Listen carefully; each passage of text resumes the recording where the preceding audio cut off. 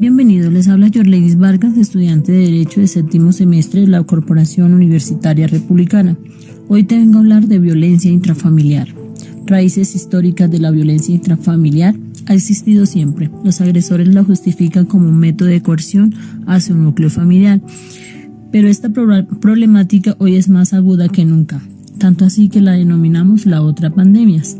¿Sabes que el año pasado se incrementaron los casos de violencia intrafamiliar en un 103% en el país, agudizando aún más esta problemática social que afecta especialmente a las mujeres? ¿Cómo se da? Se da principalmente en el hogar, afectando la unidad y la armonía familiar. Según sentencia C368 de 2014, nos identifica de qué formas se puede ver reflejada la violencia intrafamiliar. Recuerda que esto se da como un daño físico, psíquico, verbal, tratos crueles, intimidatorios, degradantes, amenazas, ofensas, entre otros. Es decir, que si mi agresor no vive en mi casa, es un eximiente de responsabilidad. Según las sentencias T523 del 92, la ruptura de la convivencia no excluye la unidad familiar.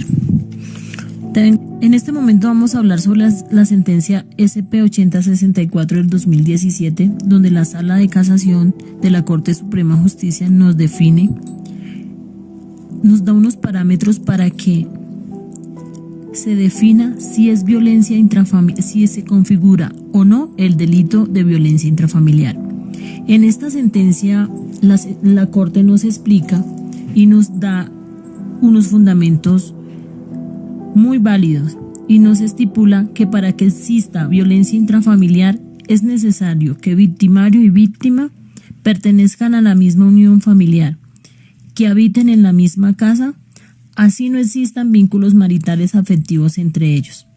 La importancia de esta sentencia es que da un giro al tratamiento de este tipo penal, que está contemplado en el artículo 222, numeral 2 del Código Penal. ¿Por qué? Porque elimina la subregla del vínculo marital afectivo vigente para que se configurara, según Providencia 33772 de 2012, y define el concepto de familia en un concepto más.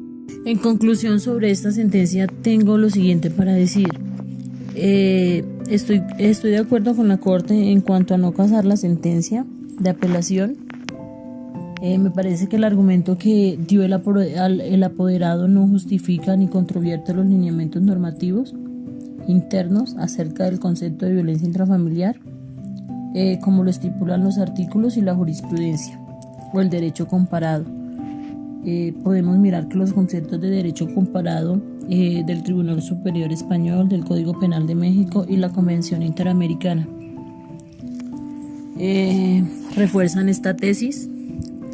Por lo tanto, es importante esta posición de la Corte precisamente para prevenir, sancionar y erradicar la violencia contra la mujer o personas de especial protección, reforzando así la tesis y el compromiso que tienen los países de incluir en su legislación interna normas penales que sirvan para concientizar a la población en general de la problemática para prevenir, sancionar, erradicar la violencia intrafamiliar en sus diferentes formas,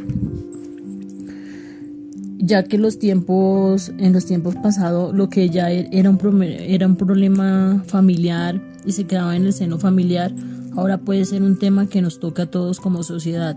Pienso que las normas deben ir en sincronía con los cambios sociales y culturales para modificar los comportamientos y luchar contra la violencia intrafamiliar en países como el nuestro, para combatir, entre otras cosas, la inequidad de género. La importancia de la sentencia SP-8064 del 2017 en cuanto al tratamiento del tipo penal configurado en el artículo 229